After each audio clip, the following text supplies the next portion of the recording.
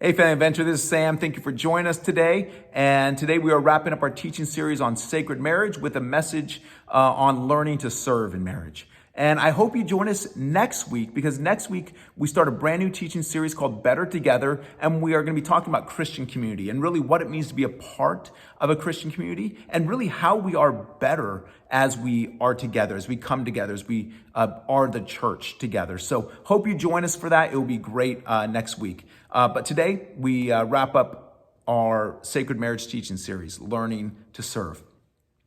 So Stacy and I, we've been married for 21 years. And if you would have asked me 21 years ago, why do you want to marry Stacy? I would have said something along the lines of, she's amazing and she's beautiful and she loves God and she laughs at all my jokes, which was super important to me. And I guess probably still is. And she's compassionate and she's kind and she's generous. And I'll tell you, all these things are still true of Stacy today.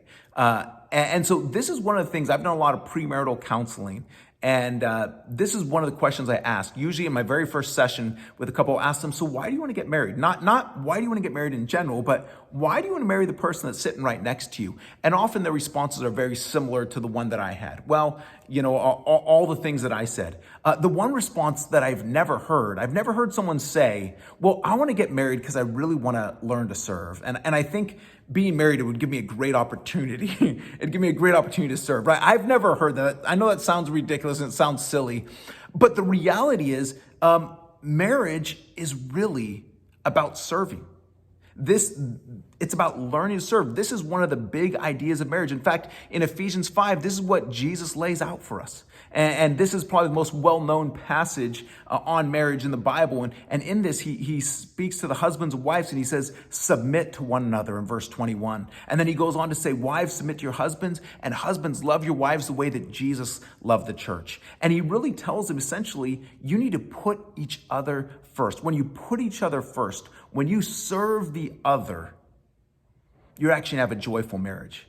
And not only when you serve each other, when you serve each other the way that Jesus served us, that Jesus is the example. And the goal of marriage really is that we would become more and more like Jesus.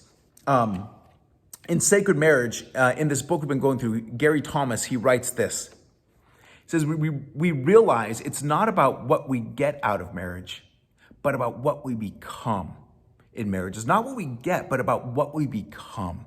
And God is really concerned about who we are becoming. And this is one of the big things that we are called to become is servants. God is calling us to serve our spouse, to grow in our ability to serve others, to serve our family, and certainly to serve our spouse. And so this is one of the things that we become in marriage. We learn how to serve. We learn how to grow and learn what serving is. So one of the best passages on serving, I think that's very practical, is Philippians chapter 2. We're going to look at this today. Philippians 2, verses 3 through 4. And the Apostle Paul, he writes this. He says, do nothing out of selfish ambition or vain conceit, but in humility value others above yourselves, not looking to your own interests, but looking to the interests of others. And so in this, he's really talking about what it means to serve. And he says, do nothing out of selfish ambition. This word selfish ambition is really this idea of being a hired worker, being a mercenary that says, I'm just in it for me. I just want to get my pay. I want to get what's owed to me. And really, I'm just looking out for myself. I really don't care about the entity of the marriage. I just care about myself. He says, don't look out. Don't live like that. But he says, but in contrast, in humility, if you like to highlight, underline, circle in your Bible, do that. Humility. Humility is a key in all of this. But in humility, value others above yourself. And this word for value is really to see others as superior, as above you, as beyond you. And that, I don't know, the word superior to me, seeing someone as superior to me sounds really offensive. Like to see someone else as superior to me. And yet, this is what we're called to do, is to look at others as better than ourselves, as above us, as beyond us. But the reality is we have this built-in mechanism that defends ourselves and always sees me like somehow what I'm doing is correct and what others are doing is incorrect. I think about in my marriage, when it comes to like cell phone usage, sometimes we'll get in the car and my wife she'll pull out her cell phone, maybe do some text. In reality, that's the only time she has to be on her phone because she's chasing a little baby around much of the day. And so we'll get in the car and she's texting. And I get frustrated about it. But I will do the exact same thing, and I'll text and I'll do things on my phone. But in my mind, oh, this is so important. It's just a quick text, it's a quick email, and I need to get this out. And there's a sense of importance to what I'm doing. But what my wife is doing, it's not as important because there's somehow an innate thing that's built into us that says, I'm actually more important than others. And we don't verbalize that, but our actions say that. And he says, actually, the exact opposite needs to be true. That we need to elevate and value others above ourselves, not looking to our own interests, but to the interests of others. And not just looking to our own things, our own stuff. You could fill in the blank for interests. What are those things? That not looking to how you spend your time or how you spend your money or your hobbies or your TV shows or where you like to go out to eat or the things that you want to do, but thinking about the other. What do they want to do? And this is really the essence of servanthood in marriage is I'm not just in this for me, but in humility, I'm actually thinking, how can I bless the other? What do they want? What do they need? How can I elevate them? How can I elevate my spouse? I'm going to read one more quote. Gary Thomas, Sacred Marriage, he says this: it's only when we see that our pride and selfishness are the greatest barriers to our joy, rather than our spouse's sin or shortcoming, that our marriages will fully express the character of Christ.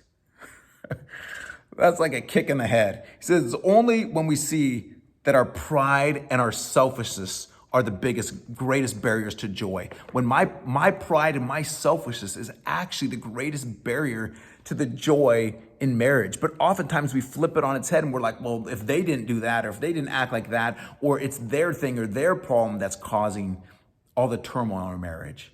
And in reality, he says, no, it's actually my pride and my selfishness.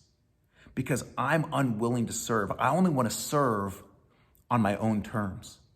I want to do in my way and in my time.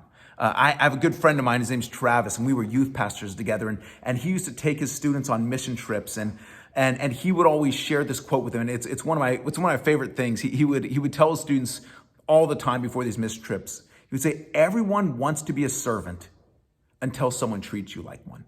And isn't that true, right? We want to serve on our own terms at our own time, because when I'm serving on my own terms, I'm above you. Look how generous and compassionate. Look how I'm giving to you.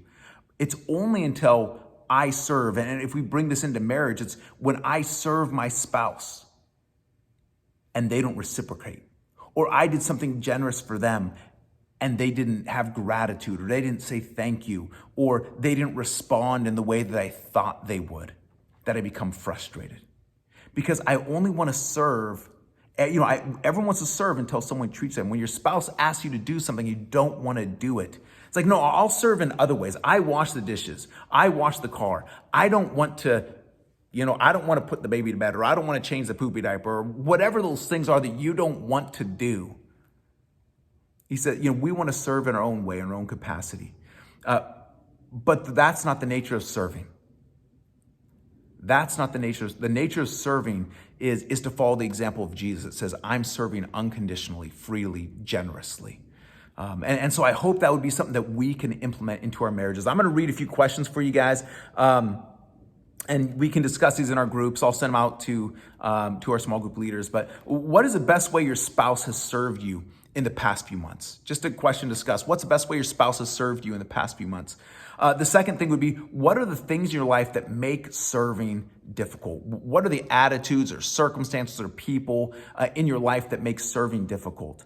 And then the last one is, what is a specific way that you could serve your spouse in this season of life? And the reality is, the reason I put this is that the way that we serve our spouse can change over seasons of life. Right now, one of the best ways I can serve my wife is by taking our little boy for a couple hours and giving her some free time, because that is what she needs right now. A few years ago, it would have been, hey, let's just go out. Maybe one of the best ways I could serve her was, let's go out and let's go on a date and let's make sure that, hey, let's go do something fun or do something. But right now, one of the best ways I can serve my wife is giving her some free time.